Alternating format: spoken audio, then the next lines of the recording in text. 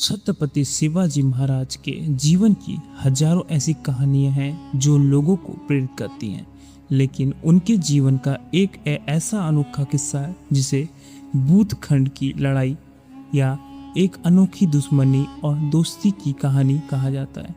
यह किस्सा आमतौर पर इतिहास की किताबों में बहुत कम पढ़ने को मिलती है। अगले 5 से 10 मिनट में आप शिवाजी महाराज की एक ऐसी खूबी के बारे में जानेंगे जो उन्हें सिर्फ एक योद्धा बल्कि एक बेमिसाल इंसान बनाती है। यह बात तब की है जब शिवाजी महाराज स्वराज का विस्तार कर रहे थे।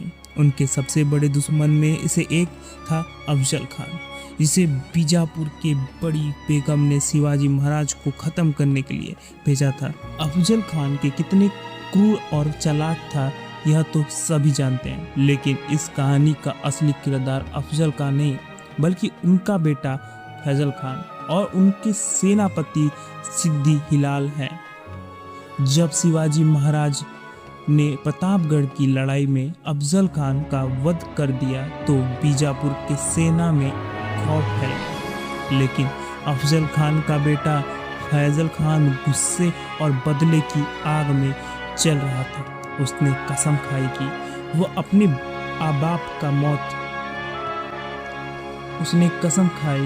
अपने बाप की मौत का बदला शिवाजी से लेगा।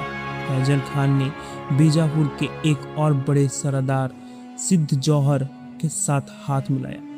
इन्होंने मिलकर पन्नालाल किले को घेर लिया जहां शिवाजी महाराज मौजूद थे।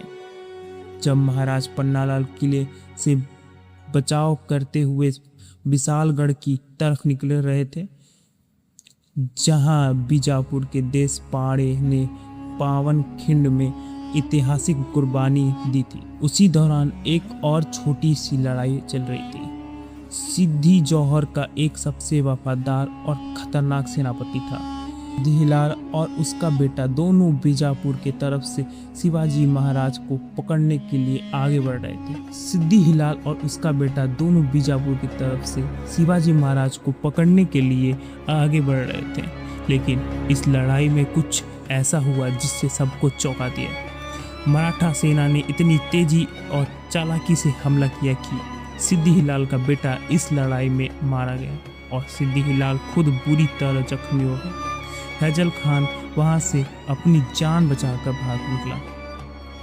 लड़ाई खत्म होने के बाद मराठा सैनिक ने जख्मी सिद्दी हिलाल को बंदी बना लिया और उसे शिवाजी महाराज के सामने पेश किया। सिद्दी हिलाल को लगा कि अब उसकी मौत तय है। एक तो वह दुश्मन सेना का था, ऊपर से उसने महाराज पर हमला किया था।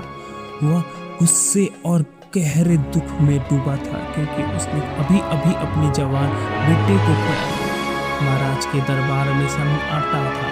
सभी सोच रहे थे कि इस दुश्मन को क्या सजा मिलेगी, लेकिन शिवाजी महाराज ने जो किया वह सिर्फ एक महान राजा ही। शिवाजी महाराज अपने तख्त से उठे, उन्होंने सिद्दी हिलाल के जख्म देखे और अपने वैद्य को तुरंत उसका इलाज करने को हुक्म दिया।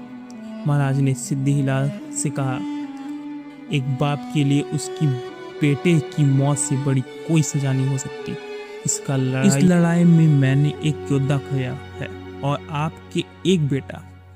मैं आपके इस दुख का सम्मान करता हूँ। महाराज ने सिर्फ उसे आज़ाद किया बल्कि उसे सम्मान के साथ बीजापुर लौटने की इजाज़त भी दे दी। उन्होंने कहा कि स्वराज कभी किसी बेबस या दुख में डूबे पिता पर वार नहीं करता। सिद्दी हिलाल इस बर्ताव से अंदर तक हिल गया, जिसे शिवाजी को बीजापुर में शैतान और लुटेरा कहकर बदनाम किया जाता था, वहाँ तो दुश्मन के दुख को भी इतनी गहराई समझा था। सिद्दी हिलाल ने बीजापुर लौटने से साफ इनकार कर दिया। उसने अपनी तलवार शिवाजी महाराज को चरणों में रख दी और कहा, अब से मेरी तलवार और मेरी जान सिर्फ स्वराज के लिए चलेगी। बाद में यही सिद्दी हिलाल मराठा सेना का एक महान और वफादार सरदार बना और उसने कई लड़ाइयाँ में महाराज का साथ दिया। इस कहानी से हमें क्या सीख मिलती है? लोग अक्सर शिवाजी महाराज को उनके किले जीतने और दुश्मनों को हराने के लिए याद करते हैं, लेकिन उनकी असली ताकत उच्च चरित्र था। इंसानियत सबसे ऊपर, वह दुश्मन के अंदर के इंसान और उसके निजी दुख को समझते थे। बदले की जगह बदलाव। उन्होंने गुस्से में आकर सिद्धिलाल को जान से मारने के बजाय अपनी उदारता और दया से उसके दिल जीत लिया। यह एक ऐसी कहानी है जो साबित करती है कि छत्रपति शिवाजी महाराज सिर्फ जमीन के टुकड़े जीतने वाले राज नहीं, बल्कि लोगों के दिल पर राज करने वाले एक युग पुरुष थे। धन्यवाद।